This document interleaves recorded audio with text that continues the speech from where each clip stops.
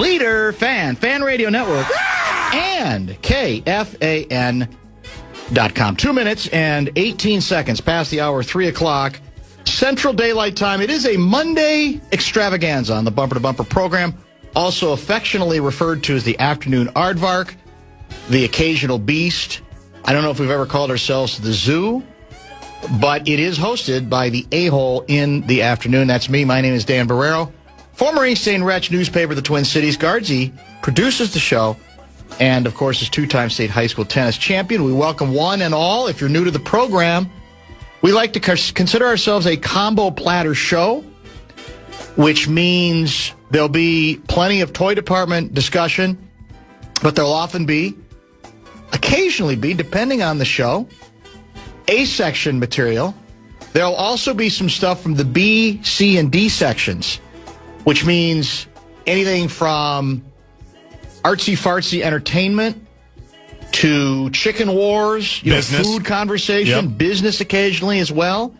So if, because of the call letters, KFAN, you assume that you have every right to be bitter if you listen to us talk about something outside the toy department, as Glenn Mason would say, you're wrong.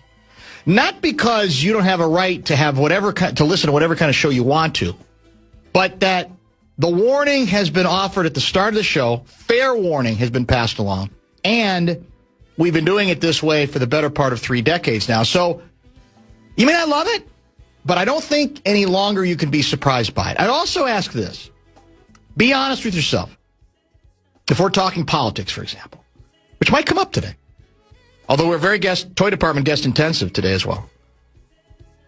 Think long and hard before you go off with a text that reads, hey, I'm kind of wondering, afternoon in Twin Cities, is there a sports talk station I could be listening to? Be honest with yourself. Are you throwing out the question because you don't like that we're not talking toy department, or because you disagree with the opinion being uttered by the host or the producer of the program? Because in my experience, I've learned you pretend it's about the former, but often it's about the latter. There, we got that out of the way. First time in a long time, but we wanted to do it. By the way, closed circuit on-air production meeting. Have you gotten back to Luigi? Yes. Okay, because he's called me like 9 times. Yes, also called me bitter that you won't respond to him. Well, that's what he claims. Is that false? I told him I thought you knew he was going to need to go earlier tomorrow already. Yes. But it was, for him, I guess it's cementing the deal. Yeah, we got there. You got there? Yeah, we got there. He just called me again. No, now it's a message. Let's see if it's about, I'm going to see if it's curious about the same thing. I think this is something we were going to talk about during the first break. Oh, my God, this is even better. This makes my day. This might change everything. Good chance, Louis tells us, Phil Esposito will be with us tomorrow when Louis on. Which one is of the 3:30. Great legends of the game once again. We did the Legends with Louis series during COVID. Phil was I think we've had Phil on 2 or 3 times. We have, yeah. And he's as good as it gets. I mean, and I know that's saying something in hockey, but Phil Esposito, in terms of on-air, never know where he's coming from, what he's going to say, or how he's going to say it. Have the dump button ready. Oh, yeah. Have your attorneys at the door. You never know with Phil Esposito. So that'd be great if that gets done officially between now and tomorrow. Louis, for the record, will be 3:30 tomorrow. Perfect. 3:30 tomorrow. And Louis, 3:30. So an hour earlier. Well, actually longer than they usually have him in the 5. Mm-hmm. He's got some scheduling issues, so it's his decision, Kevin Fallness, not ours. We're not moving him out of prime time, 5 o'clock hour, because it's some kind of ongoing conspiracy against hockey. Okay? It's because Luigi needs that time, and he wants to go a little bit earlier in the show. Well, and if Fallness needs more material, he should direct it to me, because you were the one that had to fight for extra hockey coverage today. I basically told you, we're good. I'm glad you're confirming that publicly. I'll do it. I said, I think we're fine. We've got Louis coming in on Tuesday, and you said, I think we need more hockey. And I said, let's do it. So is Louis also coming in? That's what I got to figure out. Oh, okay. Yeah. Regardless. Yeah, I'm the one who said, well, a Stanley Cup champion was crowned last night. In fairness, I know we got Louis Tuesday, but let's give someone else a chance to analyze it. So it's going to be Pat Micheletti. Is that correct, at 4:02? About an hour from now. Pat Micheletti at 4:02. Trent Tucker is going to be with us at 3:30. Mitch Lawrence at 4:30. And Johnny Athletic at 5:30 today. My goal with Johnny is to talk more Wolves ramifications than NBA Finals, because the New York angle is going to be covered beautifully by New Yorkers. Well, Trent Tucker's not a New Yorker. He's a Michigander, but he, of course, played for the Knicks. And Mitch Lawrence is a New Yorker, now living in, I believe, Fort Worth, Texas. So they'll handle kind of the New York side of this thing. And then maybe with Johnny, we'll try to get serious about, okay, draft's right around the corner, more Wolves rumors, etc. So we'll attempt to mix that up. I mentioned off the top of the program that we are indeed your Tiki Taka now, Tiki Taka forever leader. Do we need to define what Tiki Taka is for Quick the refresher would be uninformed? good. Yeah. As I understand it, I learned about it at a point where I stopped running for my Hispanic heritage and was told that what's the word for it? Fluent, open, artsy, majestic, aesthetically pleasing style that La Roja, the national Spanish team, was known for, was honored more than anything else for a tiki-taka style of offense. Which, well, here, let me do it this way. I did call up here's the AI description. And I think it sounds pretty accurate in this case. Tiki-taka is a soccer-playing style characterized by short, intricate passing, fluid movement, and maintaining possession for long periods. The goal is to move the ball quickly through various channels to tire the opponent, disrupt their defensive shape, and create openings for efficient goal-scoring opportunities.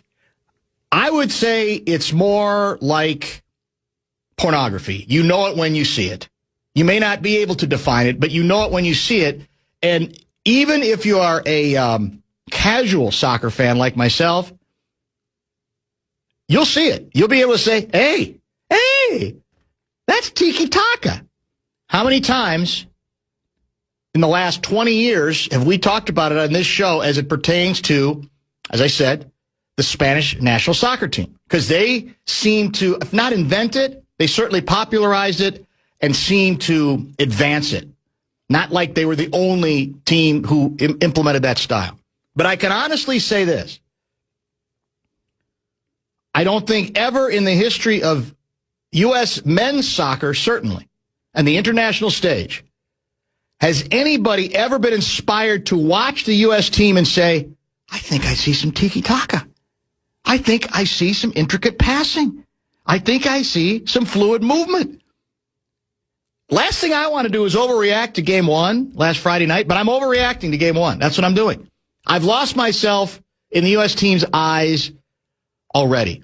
And I'm going to try this. You're going to tell me I'm foolish for attempting it, that it's a losing proposition, because I actually started it yesterday with not much success on CERN. But I'm stubborn about this. Be resilient. I'm going to try to tell people who dismiss all aspects of that game just because they always have, that they should take a second look.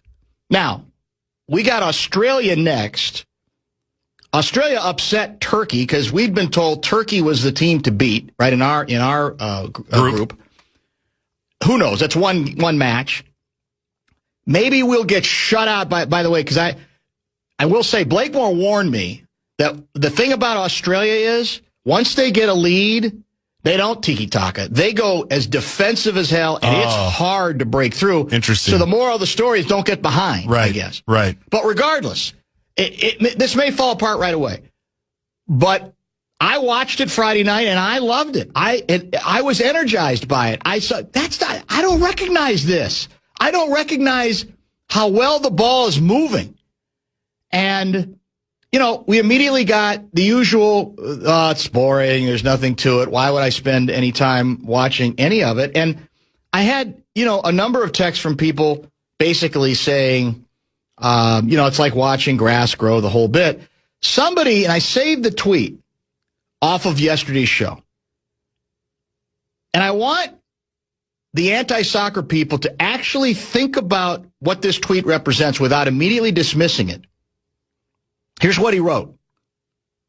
Saw more action Friday night in the U.S. World Cup game than the entire Vikings season last season. Whoa. Now that sounds, you could say it sounds preposterous. I'm not sure it is. We have trained ourselves to think, we've actually, I think to a degree, lied to ourselves into thinking that it's exciting, it's riveting, it's fascinating. Because we've grown up, it's been in our DNA since we were born, in the womb, the whole bit. But in all honesty, think for a minute about what he's saying. How much action really was there in the Viking season last season? In all seriousness, that you can get excited about the winning streak at the end of the year after we were mathematically eliminated. Go ahead, knock yourselves out on that. But all I'm asking you to consider, I'm not even asking you because that's a losing proposition, but I am going to continue to fight the fight on this show. And I'll just say this now. If the U.S. looks similarly good and tiki-taka-ish against Australia, we might go wall-to-wall soccer on the fan. We might need 1 to 2 soccer guests every day. Good luck to you finding them. Because I thoroughly perked up. I went through the period when I wrote, did all the soccer cheap shots, kind of meant it at the time because that was, in my view, almost a reaction to the soccer snobs who tell you that you have to be an idiot if you don't love the game, and that bugs me too. I We've agree. talked about this, yes, right? we have, yeah. I've said this for the last few World Cup cycles. The truth is you're not obligated to love the game, but you're also not obligated to hate it. And the fact is, a lot of people hate it just out of habit. And if something looks a little different in the abyss period, why the hell not? What are you losing out on if you devote a little bit more attention to, take a look at that? And we do have to get over the notion that we got to have more, there's not enough goals scored. By the way, there were 5 in the U.S. game. In fact, yesterday, I think they set a record in the entire World Cup for a number of goals in one day. So, and I don't know if that's just, blind coincidence or it means something, sort of like the Stanley Cup finals for the last couple games, final. But I absolutely was encouraged by it, enjoyed it, and I thought it was a good watch. Did you spend any time with it? Watched the entire match. Good for you. It was phenomenal. I would say on your quest, you're going to have some support because I'm right there with you. That's good. That's I can't wait for Friday. And that's during our show. I know it is. So that's a little bit of a buzzkill. Yeah. We'll do some live listen-ins maybe. Can we do that? I think we can because we're technically carrying. Of course, a live listening in soccer can be not great. A little challenging. But not great. Who knows? I was texting everybody that I know that loves soccer on Friday night and going, is this like who we are now? Is this what you expected? Because they were dancing all over. It was unbelievable. It was so fun. And then it got a little tight. They got the 1 goal and it's 3-1. And then you're like, oh man, this would be devastating because I'm a Minnesotan. So I'm immediately thinking the dreaded 2-goal lead. And soccer's had some ridiculous meltdowns historically too over the years. National team, the whole deal. So I'm thinking, God, it'd be a real shame because it seems like they have everybody's attention here on this Friday night. If they somehow melt down and this thing gets interesting, and then they had that, what was it, like 20 pass sequence that ended up in the 4th goal. Yes. And that was the nail in the coffin. I loved it. And I feel good for everybody that is the diehard. I do too. Because they've been the ones that have been beaten down by people like you and me historically. Yes. For telling them they're stupid and your game's dumb and nobody likes it. But we moved away from that the last couple World Cup cycles. No doubt. Correct? Absolutely. But there, as you've noticed, there's still that opinion still persists in certain circles. And so I feel good for them because they've had to lie to themselves that the U.S. actually could make a move in different World Cups, right? Correct. And now it seems legit that Yeah, you tweeted out on Friday. It's the U.S. and Argentina in the World Cup championship game, and you're on your own after that. That's how swept up I was in it. I'm fascinated to see if this is the start side. And by the way, later, if we have time, I've got an angle that might have the hockey community swooning after they hear it. If you're a hardcore hockey player, I'm never going to watch soccer. That's stupid. I might have a nugget that will turn your head if you are a member of the soccer-hating hockey community, if there is indeed such a thing. Let's get caught up, a quick pause, and we'll set up, as we said, the rest of the program when we come back. Bumper to Bumper with Dan Barreiro.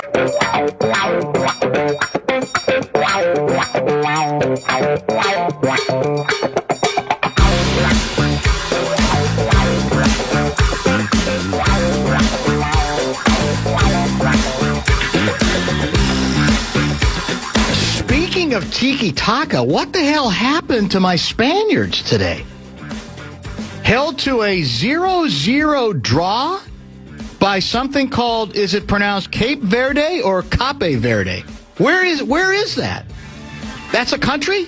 Have I missed something? I thought I knew geography. I'm going to Google it right now. 0-0. People are trying to evaluate whether this is the biggest World Cup shock in like the last 50 years. Now, again, it's early, but that was, I think, earlier today, if I'm not mistaken. Wow, it looks beautiful. It's off the coast. It's an island off the coast of West Africa. Really? Pretty? It consists of 10 volcanic islands. That sounds idyllic. These pictures are magical. Wow. How do you get there? This is a great idea from Jeff in Minneapolis, so the assignment is yours. Good luck with it. Will you have a vuvuzela in studio instead of a gong to signal an American score during Friday's match? Because the Friday match against Australia will be during our show. It will be. Didn't we? We had one, didn't yeah, we? I'm going to try to see if we have it. We did grab it for one of the World Cups at some point. It's a tremendous instrument is what it is, the vuvuzela. Man, I may have struck a nerve here regarding the hockey hatred of soccer. This is from 507 guy who writes, "Oh my God, Dan, there are so many hockey players who hate soccer. It's absolutely fascinating. Literally, a lot of the same sport, except how many players, but that's only because the size of the field to play. There's nothing different except the stick is a leg, and now there's a penalty in soccer. I think it's called the simulation that is the same as embellishment, which both sports need. Oh, I love that, by the way. Passed on. That was a magical moment. You enjoyed the embellishment penalty? Yes. Oh, I loved it. The simulation. The simulation penalty. Yeah, I loved it. Yeah, in soccer, it's simulation, embellishments in hockey. I will say this, and you probably don't agree with me on this one. I'm just weary of this. All the flopping in World Cup soccer is on par with the NBA, making both of them unwatchable. I'm here to tell you, with all due respect, Mike, in St. Louis Park,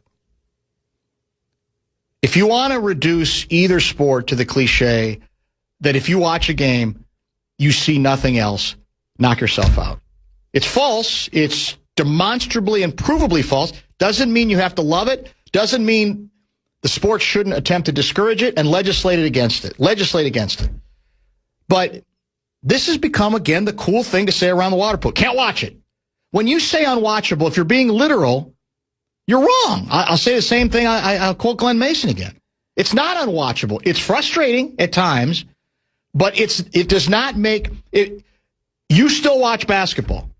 I still watch basketball. I will watch it. The idea that, because what we do, human nature being what it is, when it does happen, oh my God, there it goes again.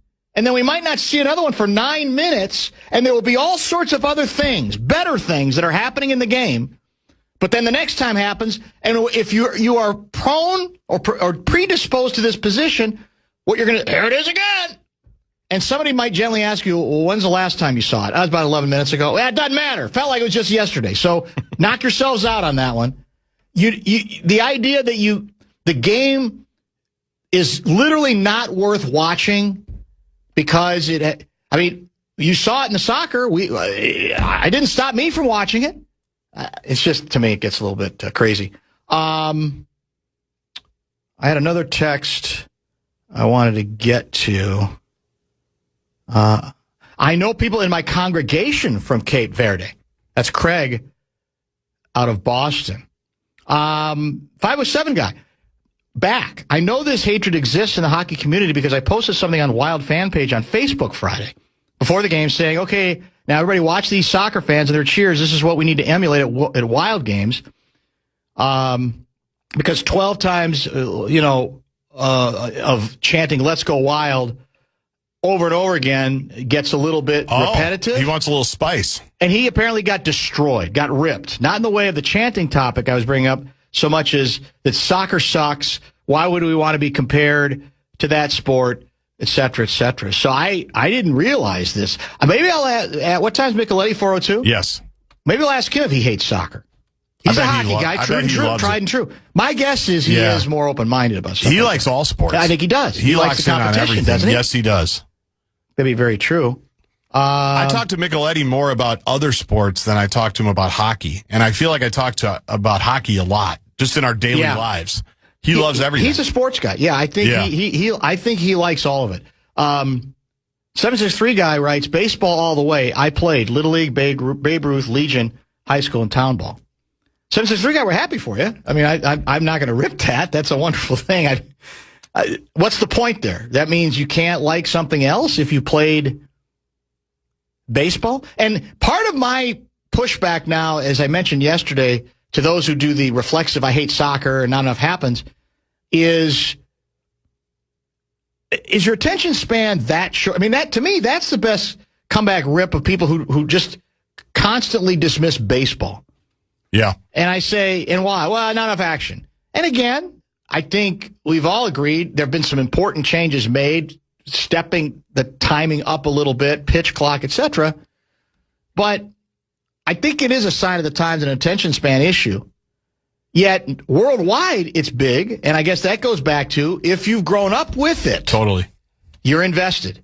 And that's what I want to tell some of the anti-soccer people, is that do you hate it or are you just not invested? And that's legal. That's understandable. But that, I think, has really a lot more to do with it, whether it's an unwatchable game, right? It has stretches where, especially a team that goes defensive, is not fun. But I said this yesterday. I come from the Jacques Lemaire school of winning. I don't care how you do it. I never have bought the notion, it's ugly. It's boring. That's ugly. Winning is never boring. Now, as it turns out, style-wise, so far it looks like the U.S. is playing an interesting style that led to a nice victory in the opener. So that's the best of both worlds, we'll agree. I'll take Lemaire in any sport, ugly as hell, if I win. Winning. That's the goal. I know we have to break for Double T. What I don't get, I got this a lot over the weekend because I mentioned that if you were a tried and true Lavelli Neal III 1994 World Cup here changed my life soccer fan that's been going to the matches and the friendlies and buying the kits and investing and landed on them in this, Saturday, the day after, had to be just one of the great days ever, where you're waking up off the euphoria and you're excited. You're in the tournament. Your team's got the 3 points. Now you feel like you're really in this thing. There's not the stress. And the pushback I even got on that was like, it's one game. And it is. Let's not not start the parade. It's like, well, of course not. In fact, we all know that the ceiling for this team is maybe win a game in the knockout round and get to the quarters. Correct. Like we all have our eyes wide open, but it's just funny the negative instinct immediately to just go, this is why we suck. Relax. We have no standards. They're not going to win. It was one cute performance. Move on. It's like, okay. Sorry, this beautiful sunny day is ruining it. But my comeback to that would be if they'd have laid an egg. Totally. Lost 2-0, it would have been nothing to see here. Same old, right? Yes. It had been seized upon as proof that there's nothing to see here, so you can't have that both ways. Tom writes, no, this is actually, hold on, where did it go? Let me scroll down real quick, and then we'll get ready for Double T. This is from 952 guy. My boss, a Wild season ticket holder, mocked me for even bringing up the World Cup. What is it about? I mean, what? Why are hockey people so angry? I don't know. It's very strange. We're always cold. You know who's a great hockey person? Yeah. Our next guest. Let's ask him. We might talk hockey eventually with Double T, but we indeed are going to talk about his New York Knickerbockers winning it all, where he toiled and was a very good player. That's where he started his career. Didn't win a title there. Did that in Chicago much later. But we'll get Double T's reaction to the New York celebration and what he saw as the Knicks took care of business in Game 5.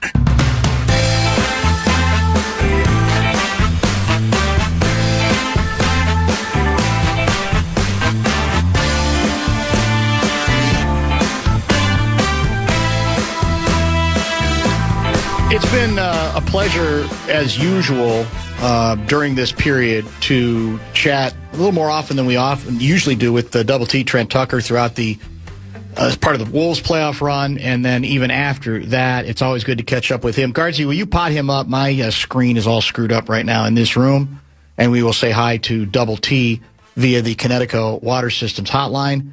Welcome back to the program, sir. I'm curious to know...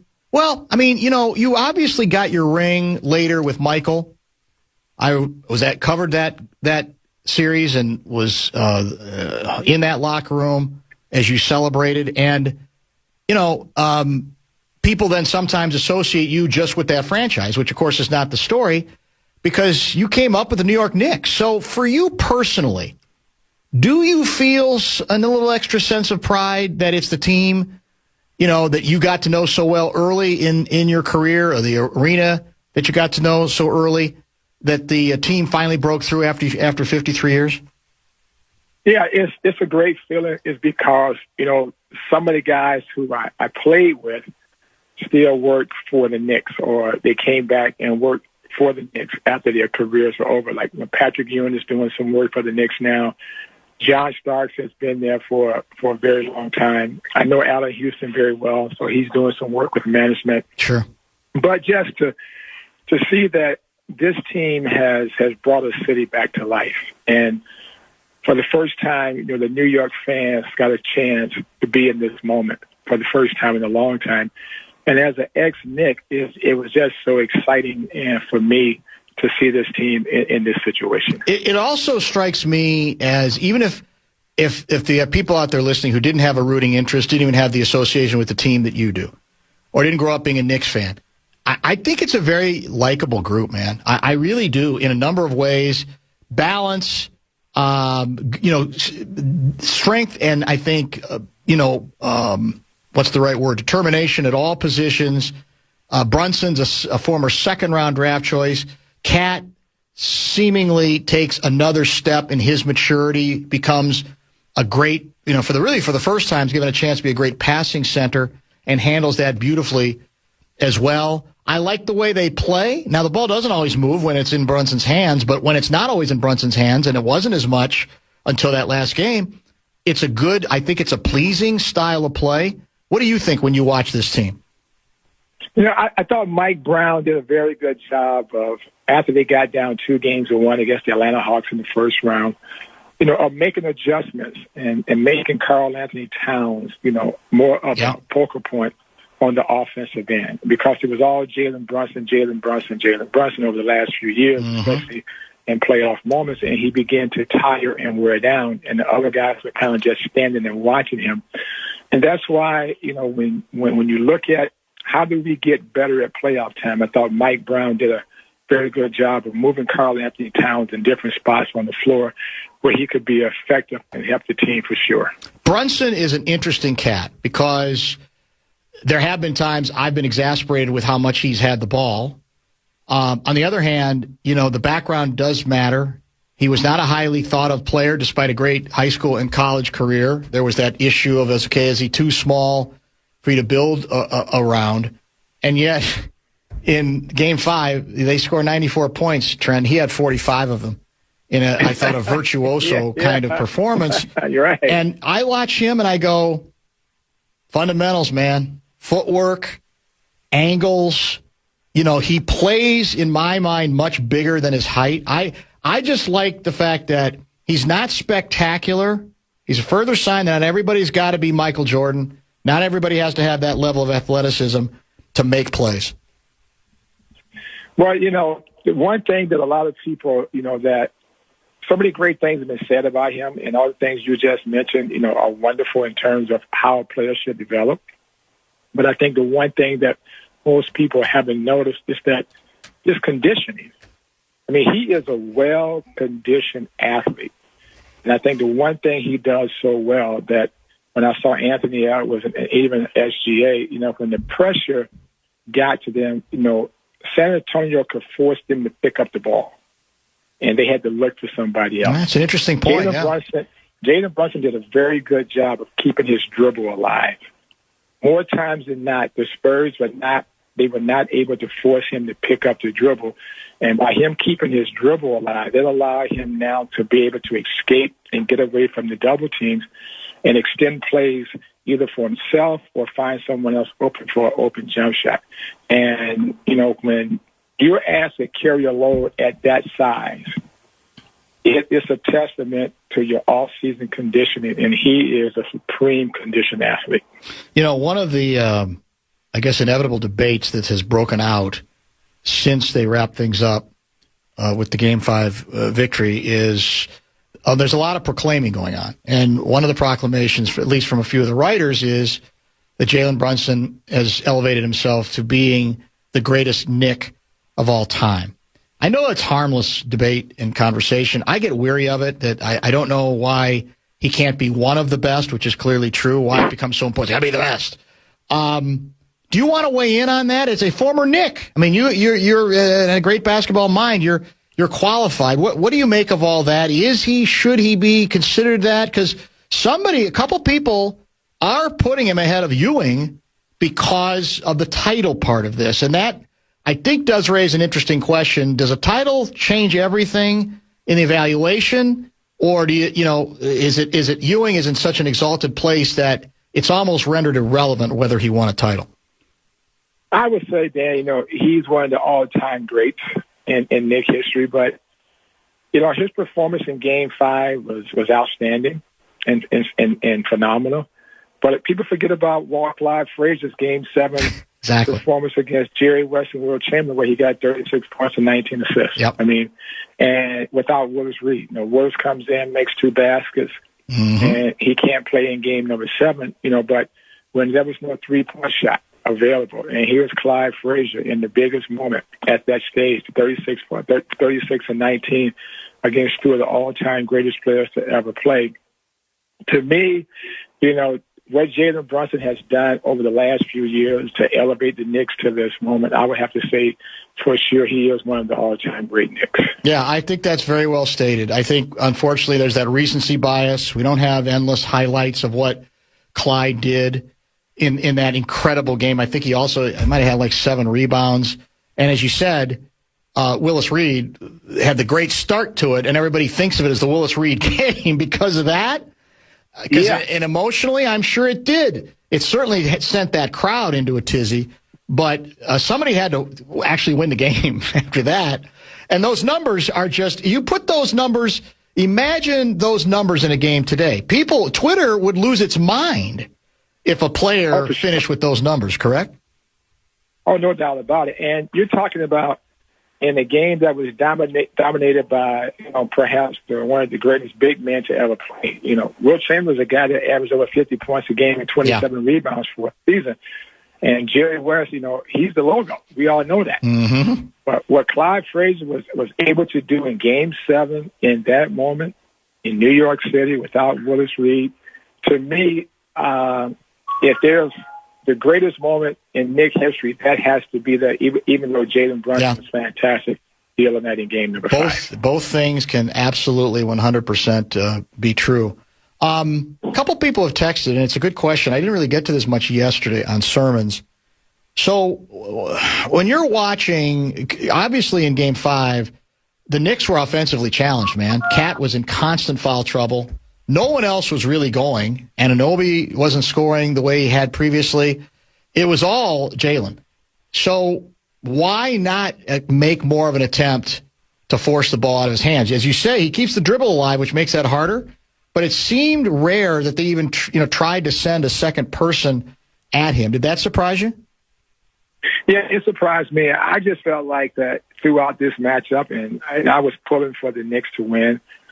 But I think San Antonio shot themselves in the foot. Mm-hmm. And what I mean by that, their coaching staff didn't make enough adjustments to put the Knicks in harm's way. No, Wembanyama is, to me, is the most unguardable guy in the game if you put him in the right position at the right time. Yep. And there was no reason for him to be 2 for 14 or 3 for 15 in the second half, is because put him close to the basket. I mean, I have to think that you have something within your offensive game plan that allows him to catch the ball 4 to 6 feet away from the hoop. And when he catches the ball that close, there is nobody in the league that can guard him. I felt like that San Antonio's coaching staff throughout this championship series against the New York Knicks, they mismanaged the game more so than not. You know, to your point, I think we may have talked about this before, and there's plenty of time for him. He's 22, right? And a lot of the great stars didn't win championships immediately, right? It's rare that they did. Magic did, but he also walked in, had Kareem, so yes. He'll probably get there. But to me, along with what you're saying, is he's got to have he's got to develop one or two favorite shots where, as you know, so what all the greats have, even Brunson, when the Knicks needed a basket, you pretty much knew what they were going to run and where the ball was going to go. And I felt like with the Spurs, that's part of the reason they looked so discombobulated, is it didn't feel like, all right, here's the set when we got to calm things down. Here's where we know we're going to get the ball and we're going to get a basket. I just don't think, even as good as Wemby is, I don't think he's developed any sort of pet, move or shot yet. But that's where coaching comes in. Yeah. And throughout the season, you have to identify and understand that you're going to face certain moments where you're going to have to make some adjustments in the things you do offensively. When the Spurs won Game 3 in New York and they got up to a great start in Game 3, the first 4 shots that he took were in the lane. Yes, they were. You're right. He scored 9 points on 4 shots, and the Spurs got up to a great start.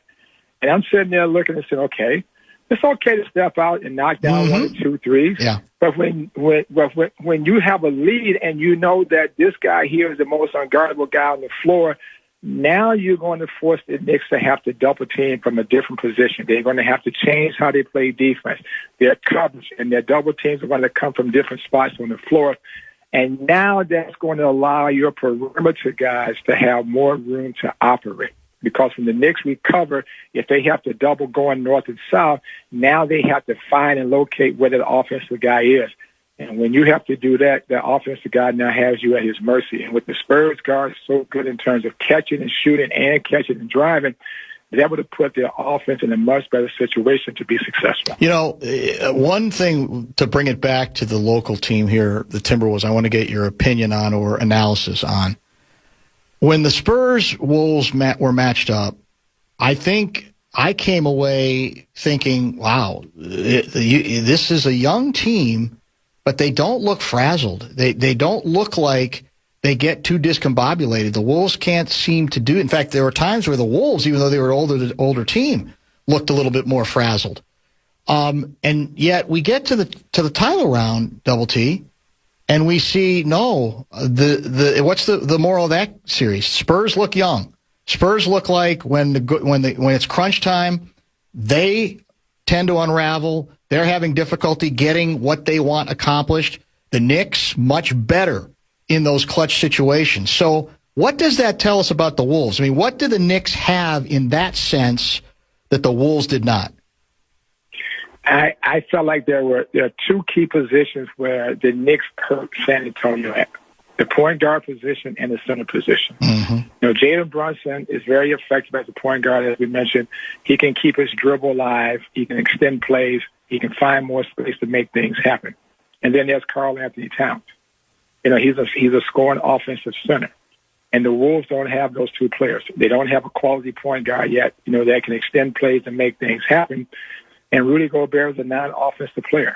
So that allowed Wemby just to kind of hang back in the middle and play center field. But against the New York Knicks, he had to guard somebody. Either he's going to guard Anunoby or he's got to guard Karl Anthony Towns. So that could open up driving angles for Jalen Brunson once he was able to get by his man, or some of the other players on the perimeter, they could find some open spots as well. When you have a defensive juggernaut like Wembanyama on the floor, you have to have somebody on the floor that can force him to play some defense away from the basket. To occupy him. Yeah, there's no question about that. Now, is the rumor true that if the series had been extended to 6, you were going to be in the Garden? I was about 75% headed to the Big Apple. Yes. Wow. So is that disappointing in a way? I mean, how much would you have looked forward to perhaps watching, your team take care of business at home at the Garden, where the celebration would have been like second to none?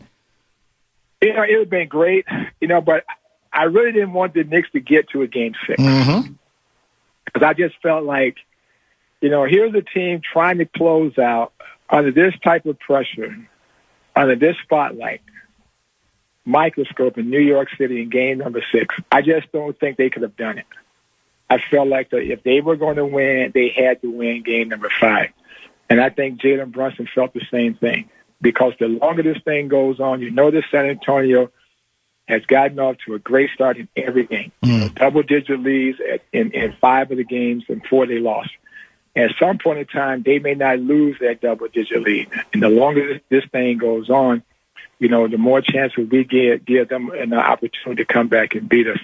So, I would have loved to go into the Garden scene game number 6, but in a kind of a strange way, I did not want to see the Knicks lose game number 5. I wish you would have had that opportunity, because I have to admit, I don't know if this bugs you, but through the whole playoff run, there have been some guys who barely played with the Knicks who have made themselves, they're acting like they were a big part of the Knicks tradition, including Steph. Our guy Steph Marbury used to be here. And it's like, well, it's, we know we all like Steph and we know what he did and didn't do, but it wasn't like he was, an historic New York Knickerbocker. Right. And, and for me, I got a lot of calls about, are you coming back? Are you going to show up at the Garden? I said, I had my time in New York. I'm loyal. I love the franchise because, it was a special time in my life when I first became an NBA player. But there's still time. That's true. I've had my time. Sure. There's still time. Yeah. Let's sit back from afar and celebrate what they had done. And, they asked me would I be welcome to come, to the Garden for game number 6 if we got there. Yeah. And I said, let me check my schedule and see if I can make it.